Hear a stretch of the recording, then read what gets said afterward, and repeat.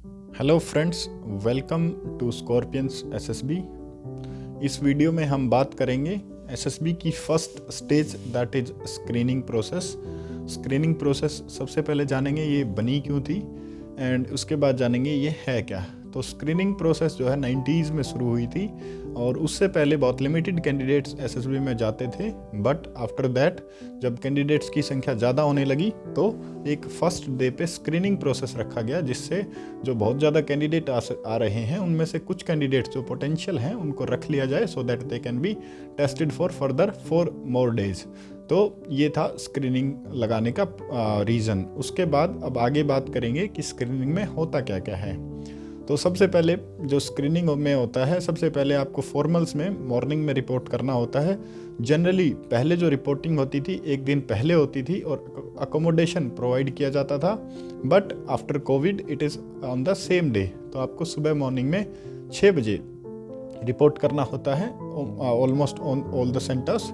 And उसके बाद में जैसे ही आप रिपोर्ट करते हैं आपको सबसे पहले डॉक्यूमेंटेशन के लिए लेके जाया जाता है। तो डॉक्यूमेंटेशन में मैं एक वीडियो अलग से बना चुका हूँ, you can watch that and उसमें आपको पता चल जाएगा कि डॉक्यूमेंट कौन कौन से चाहिए।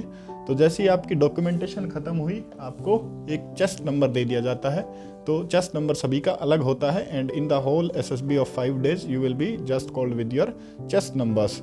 उसके बाद में चेस्ट नंबर मिलने के बाद डॉक्यूमेंटेशन होने के बाद आपको you will be go for breakfast. वहाँ पे जितना भी खाना होता है वो फ्री में होता है, तो आपको ब्रेकफास्ट जो मिलता है वो फ्री होता है। उसके बाद में जो सेकंड प्रोसीजर होता है, जैसे ही आप ब्रेकफास्ट करके लौट के आते हैं वापस टेस्टिंग जगह पे, then you will be taken to a hall. और जो सबसे पहले जो टेस्ट होते हैं वो आपके होते हैं वर्बल एंड नॉन वर्बल। तो वर्बल टेस्ट कौन से होते हैं? जिसके अंदर सीरीज वगैरह होती है या फिर जिसके अंदर नंबर्स होते हैं, वो वाले कौन से टेस्ट होते हैं आपके?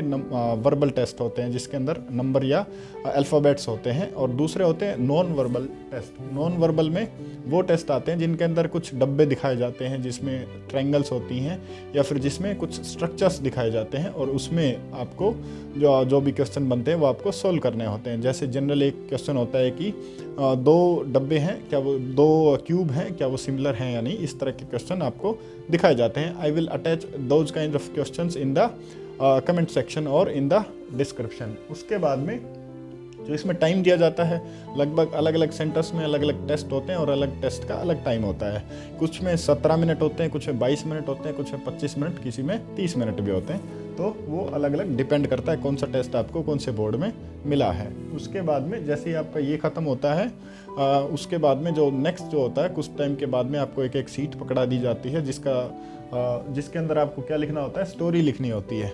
और उसके लिए आपको टाइम दिया जाता है जो picture perception and story writing.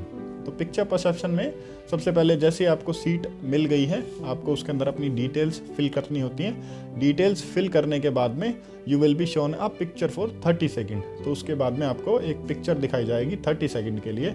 और उसके बाद में जैसे ही आपने पिक्चर देखी आपको 1 मिनट दिया जाता है। राइट द डिटेल्स में क्या क्या लिखना होता है? आपको लेफ्ट साइड में एक बॉक्स दिखाई देगा, उस बॉक्स के अंदर आपको भरना होता है उसके एज, जेंडर एंड मूड। उसकी एज कितनी है अपने कैरेक्टर की, उसका जेंडर क्या है, मेल फीमेल, और तीसरी चीज़ होती है आपका उसका मूड क्या है, पॉजिटिव, नेगेटिव या न्यूट्रल। तो ये सब करने के बाद में आपको राइट साइड में उसका जो भी चल रहा है पिक्चर में वो लिखना होता है और उसके बाद में you start writing the story 1 minute के बाद में। तो जनरली कैंडिडेट्स 30 सेकंड में ये काम कर लेते हैं, तो 30 सेकंड बचा के you can use that time to write your story. तो उसके बाद में 4 मिनट आपको दिए जाते हैं to write your story. And जैसे ही 4 मिनट होंगी वो बेल रिंग करती है and you are suppose to put your pen aside. उसके बाद में जैसे ही आपने ये वाला काम फिनिश किया स्टोरी राइटिंग का, आपको पिक्चर जो आपने लिखी है जो पेपर के ऊपर वो सबमिट हो जाता है और उसके बाद में you will be going out, वो आप बाहर चले जाएंगे। और उसके बाद में आपको ग्रुप्स में डिवाइड कर दिया जाता है। अभी तक आप सारे साथ थे, बट इसके बाद में आपको ग्रुप में डिवाइड कर दिया जाएगा और 3 ऑफिसर बैठेंगे सामने और आपके लिए चेयर्स लगा दी जाएंगी हर एक ग्रुप के लिए। और एक एक ग्रुप को बुलाया जाता है और वो अपने number wise, chest number wise आप चेयर्स पे बैठ जाते हैं। और सबसे पहले बैठने के बाद वो इंस्ट्रक्शन देते हैं। इंस्ट्रक्शन के बाद जो पहला काम होता है वो आपका होता है नरेशन का। आपने जो स्टोरी खुद की लिखी है वो आपको नरेट करनी होती है। जनरली इंग्लिश में करते हैं but you can choose for Hindi also. तो नरेशन करनी होती है 1 मिनट के अंदर अंदर। So you have to practise for that. और जैसे ही आपकी नरेशन खत्म हुई उसके बाद में जो नेक्स्ट काम होगा वो होगा group discussion to come to a common conclusion. आपको ग्रुप के अंदर डिस्कशन करना होगा। डिस्कशन जनरली इंग्लिश में ही होता है, तो आपको इंग्लिश में प्रोफिशेंसी रखनी पड़ेगी और उससे आप अच्छा परफॉर्म कर सकते हैं। So this is the whole procedure of first day. तो जैसे ही आपने ग्रुप डिस्कशन किया, कॉमन कंक्लूजन पे पहुँचे या नहीं पहुँचे वो उसी टाइम पे डिसाइड हो जाता है। और कोई एक बंदा उनको कॉमन स्टोरी सुना देता है, whichever the group will choose.